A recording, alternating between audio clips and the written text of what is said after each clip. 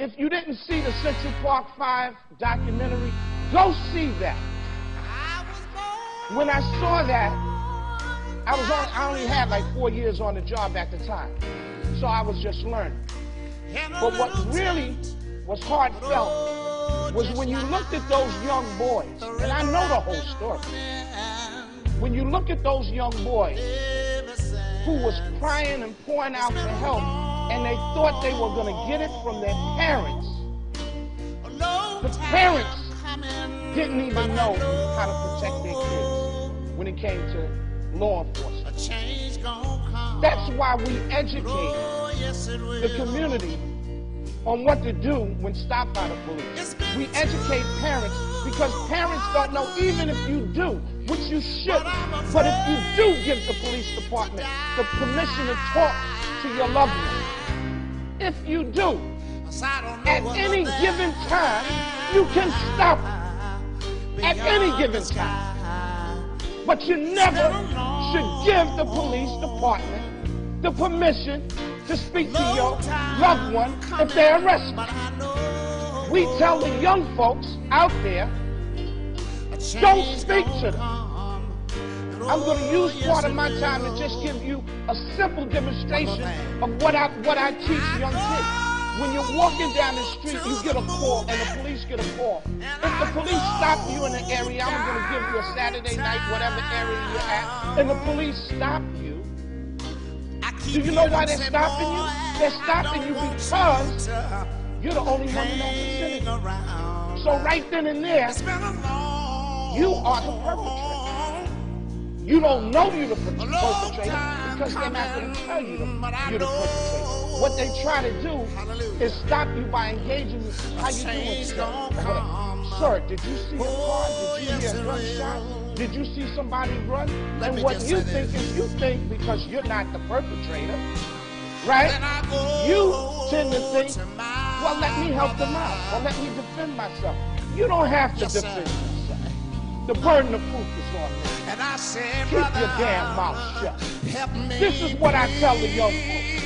That if that was to happen to you as you're walking, you say, officer, am I under arrest? No, you're not under arrest. Well, then I must be free. Then you start to leave. Let him or her say, no, you can't leave. Well, then officer, am I under arrest? No, you're not. Well, then I must be free to leave. Well, no, I want to ask you something. Well, officer, am I under arrest? You keep saying it, because let me tell you something. If the police had the right to arrest you, do they ever ask you? They do. So I teach you just say that. When the officer says, well, listen, you're not under arrest. I just want to know, did you see a car? Did you hear a person scream? Did you hear gunshots?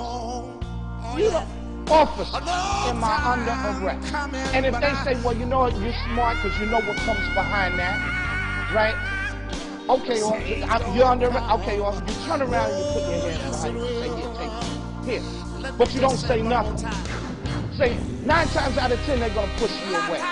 Because they're going to say, you know, if they don't have enough, they're going to say, I can't lock this person. But what you just did is you showed them you're not afraid to get arrested. The other way you handle that situation is you do this. A cop stops you, excuse me, you live around here, this is what you do. And you look him or her straight in the eye and you just do this. Excuse me, did you hear what I said? Do you live around here? Can you tell me your name? It's easy, just don't say nothing. Now they got a decision to make. Either lock you up, beat you up, or let you go. Now, there's going to be some derogatory statements coming behind it. But you know what? I guarantee you that 99% of the time, at the end of that confrontation, you'll be walking like this in a way and on your way. That's what you do. Stop trying to prove to them that you're not the person they're looking for. That's up to them to do. Another thing, know your rights. In this book, it's only about 28 pages.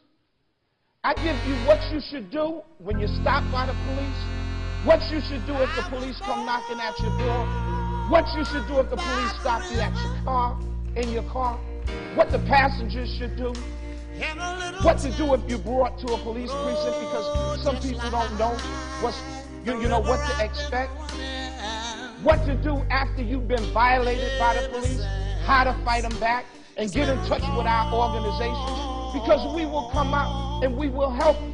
I can't go down to CCRB anymore. They don't want me down there. Because when I escorted people down there, they say you can't come in. You know why? Because when I went down there with some people that was complaining, they played semantics with a person's words. And I'm sitting there and I said, listen, if this lady said the officer slapped her, then the officer slapped her. You don't have to say to her, well, did the officer inadvertently put his hand up? What are you talking? She's a grown woman. She knows if she's been slapped. Just like grown men, they know if they've been hit or violated. You know, stop making excuses for the police. Well, they told me you can't come down here. You know, it's all right. It's okay, because if I can educate enough and you can stand and use that backbone in your spine and stand up for what's right, you'll be okay.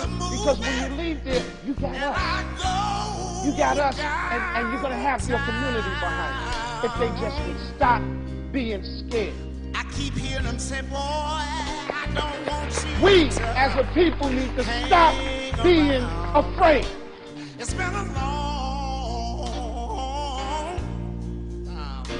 long time coming, but I know, hallelujah, a change gonna come. Oh, yes it will. Let me just say this. Then I go to my brother. Yes, sir.